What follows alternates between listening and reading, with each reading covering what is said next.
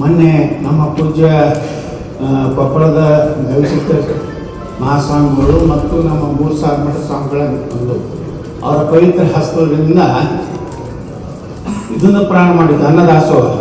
ಇಲ್ಲಿ ಕೆಳಗಡೆ ಸುಮಾರು ದಿನ ಒಂದು 500-600 ಜನ ಪ್ರಸಾದ ವ್ಯವಸ್ಥೆ ಮಾಡಿದ್ವಿ. ಅಷ್ಟೇ ಅಲ್ಲ, ಇದೇನು ನಾವು ಕಟ್ಟಿದ್ದೀವಿ ಕಟ್ಟಡ ಸುಮಾರು 15 ಕೋಟಿ ರೂಪಾಯಿ ನಾವು ಖರ್ಚು ಮಾಡಿ ಕಟ್ಟಿದ್ದೀವಿ.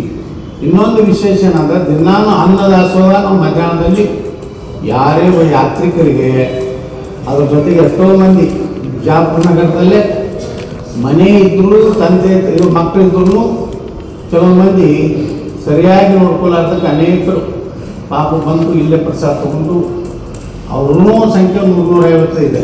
ನಮ್ಮ ನಗರದಲ್ಲಿ ಅನೇಕರು ಪಾಪಗಳು ಬರ್ತಾರೆ. ಒಳ್ಳೆಯ ವ್ಯವಸ್ಥೆ ಇದ್ದವ್ರೆ, ಅನುಕೂಲಿಸಿದ ಕುಟುಂಬದವ್ರೆ. ಆ ದುರ್ದೈವ ಅಂದ್ರೆ ಈಗ ಮಕ್ಕಳು ಸರಿಯಾಗಿ ನೋಡ್ಲಾರ್ದಕ್ಕೂ ಪಾಪ ಖುಷಿ ಪಡ್ತಾರೆ. ನಾವೆಲ್ಲ ಆಡಳಿತ ಮಂಡಳಿಯವ್ರು ಹೇಳ್ತಿರ್ತಾರೆ, ಇಲ್ಲ ಭಾಳ ಒಳ್ಳೆಯ ಕೆಲಸ ಮಾಡಿದ್ರೆ ನಮಗೆ ಮನೆಯಲ್ಲಿ ಸರಿಯಾಗಿ ಒಪ್ಪುರ ಆಗತ್ತೆ ಅನ್ನೋದು ಇದು ವಾಸ್ತವಿಕವಾದ ಸತ್ಯ ಸಂಗತಿ.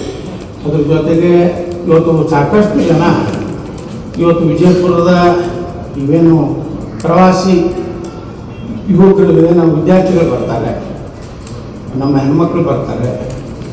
ಅವ್ರಿಗೆ ಬಂದಾಗ ಎಲ್ಲಿರಬೇಕು ಅನ್ನೋದು ಒಂದು ದೊಡ್ಡ ಸಮಸ್ಯೆ. ಯಾಕಂದರೆ ಎಲ್ಲ ಬಡ ಶಿಕ್ಷಣ ಸಂಸ್ಥೆಗಳು ಸರ್ಕಾರಿ ಕನ್ನಡ ಶಾಲೆ ಕಲಿಯುವಂಥ ಮಕ್ಕಳು ಪ್ರವಾಸ ಕಾರ್ಯಕ್ರಮ ಮಾಡ್ತಾರೆ. ಅವ್ರಿಗೆ ಇರಲಿಕ್ಕೆ ಎಲ್ಲೂ ಉಚಿತವಾದಂಥದ್ದು ಒಂದು ಒಳ್ಳೆಯ ಕೆಲಸ ಇರಲಿಲ್ಲ. ನಮ್ಮ ಮ್ಯಾಗ 5ನೇ ಫ್ಲೋರ್ ಮೇಲೆ ಇವತ್ತು ಯಾವುದೇ ಹಳ್ಳಿ, ಯಾವುದೇ ಕರ್ನಾಟಕ ಮಹಾರಾಷ್ಟ್ರ ಯಾವುದೇ ಕಡೆಯಿಂದ ಮಕ್ಕಳು ಬಂದರೆ ಮ್ಯಾಲೆ ಇರಲಿಕ್ಕೂ ನಾವು ವ್ಯವಸ್ಥೆ ಮಾಡಿದ್ವಿ. ಸುಮಾರು ಒಂದು 500 ಮಕ್ಕಳು ನಮ್ಮಲ್ಲಿ ಇರ್ಬೋದು. ರಾತ್ರಿ ಬಂದರೆ ಅವರಿಗೆ ಪ್ರಸಾದ ವ್ಯವಸ್ಥೆ ಮಾಡ್ತೀವಿ. ಮುಂಜಾನೆ ಹೋಗೋ ಮುಂದೆ ಸ್ನಾನ ಮಾಡಿ ಏನು ಉಪ್ಪಿಟ್ಟು ಯಾವುದೋ ಒಂದು ಚಹಾ ಮತ್ತು